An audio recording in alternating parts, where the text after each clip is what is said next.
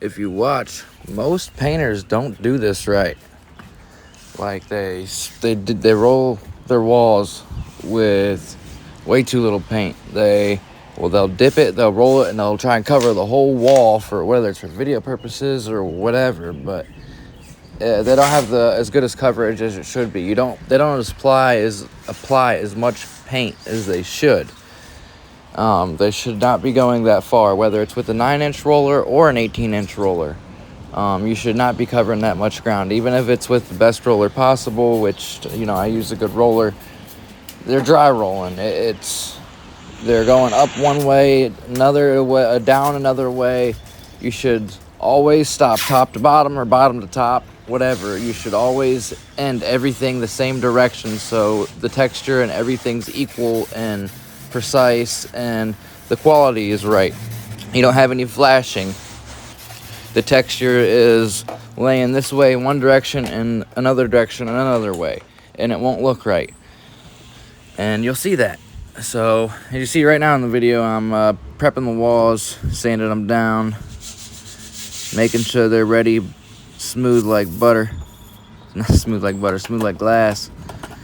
And, yeah, so you usually use like a little piece of sandpaper that you fold up into 3 pieces. You can use that to sand the wall, or you can use like a pole sander and put it on a pole. But I find that when you do it by hand, you can feel the wall and you have that much more control than a big like foot wide palm or pole sander. I mean, it works good, but you would understand. Sometimes when you're doing patches and sanded patches, or you see something, you have to use a little bit more oomph in a certain spot versus the whole pole sander. So, but now you see I'm getting that roller nice and wet. When you're first starting with a new roller, you want to get it soaked. You want to make sure the paint is worked into it good. So that's why you see when I started here, I dipped it a couple times to be able to get enough paint worked into it and enough paint on the wall so I'm not dry rolling. And you'll see I start in the middle of the wall roughly, and I spread it. I like bump the wall a couple spots, and I spread it from like, whether it's like the middle to the bottom or like 3/4 of the way up the wall, and spread it towards the bottom and then back up, instead of just starting at the top or bottom and then you have too much paint at the bottom or top of the wall. You want to not have to work so hard to spread the paint out. So you start in like the middle roughly and you spread it out like that. And you see, like I was saying, I always follow or finish going the same direction, whether it be top to bottom or bottom to top. And sometimes you have to, down further in the video, you'll see when you're like going into another area that's already rolled, if it's like a big wall and the roller don't cover the whole wall, you have to dip it a couple times. And say you're doing the whole top section and then the bottom section, and like some of my videos you see, you want to like lay it off into the start dry and wet, and when you lay it off into that spot, you don't want to just stop and go the other direction because you'll have buildup there. You want to kind of feather it into the other section. You want to keep rolling and lift up while you're rolling, and that way it'll make like you'll like not have any hard pressure on any certain areas. Like when you're stopping and going a different direction, you'll get buildup from the pressure.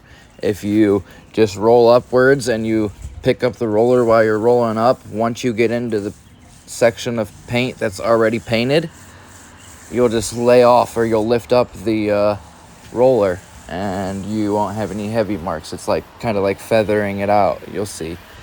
I do a slow-mo a couple times later in this video. So as you see, it says lay it off after you spread around your paint. After you dip it, you'll go back over all of it, making sure it's all consistent, going the same direction.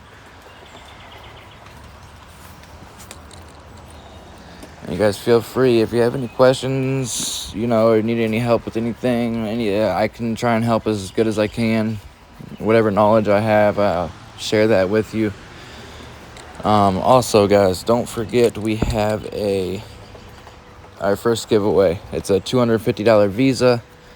You subscribe, you go to our page, you subscribe, and you go to the skim coating video and comment subscribed, and that's it. You're entered. Once there's 1,000 subs, one of my kids will pick somebody, we'll have a drawing, and then I'll reach out to the person, 48 hours to respond. If they don't, we'll go on to the next person. And the bigger we get, the more giveaways we'll do. We'll eventually be doing like $5,000 paint job giveaways once we're big enough, to show our appreciation for you guys. So you see, every time I spread it out, lay it off, and go over it all in the same direction. See, the problem with a lot of painters, like I said, they're spreading the paint out too much. It's not realistic, and the paint job will show it up close.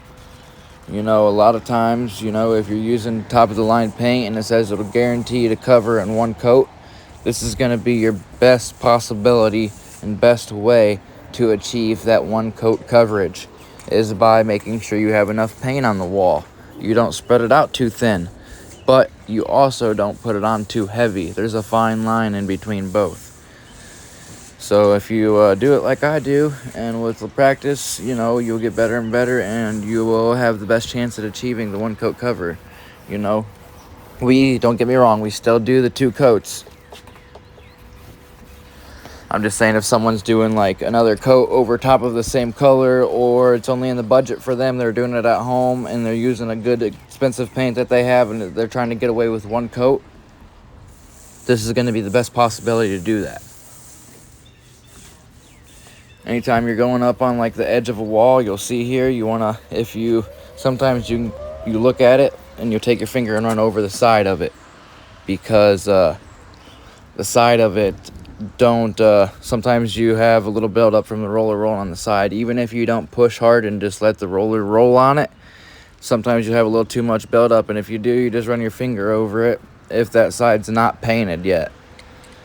Or you can just, right after you do that, you just roll that other side and make sure you really don't push when you're going on the edge of the wall. You'll get the hang of it. The more you do it, the better you'll get. Rock on, baby. So I hope you guys like this video. Please follow, subscribe. And yeah, this is how it's done. It's how you roll the wall the right way. As you see here, I'm only doing the top section first because there's a lot of stuff in the way, and the the pole keeps getting bumped on stuff. You know what I'm saying? There's not enough room right there. So you do the top section first, with the roller on there, and then you take with the pole on there, and then after you do the top section, you will take the pole off and do the bottom section with just the frame.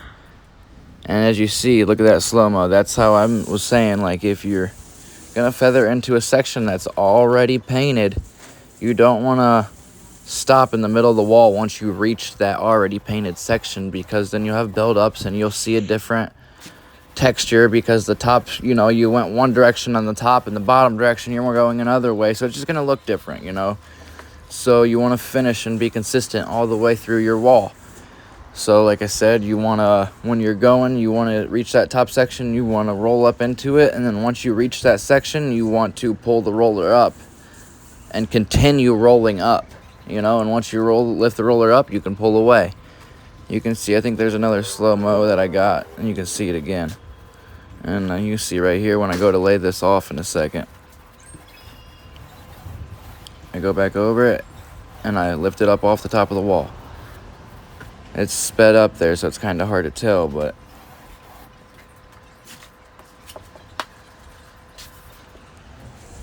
I hope you guys enjoy. Like I said, please follow and subscribe. We have a TikTok, Facebook page, and let me know what you guys think. Thank you.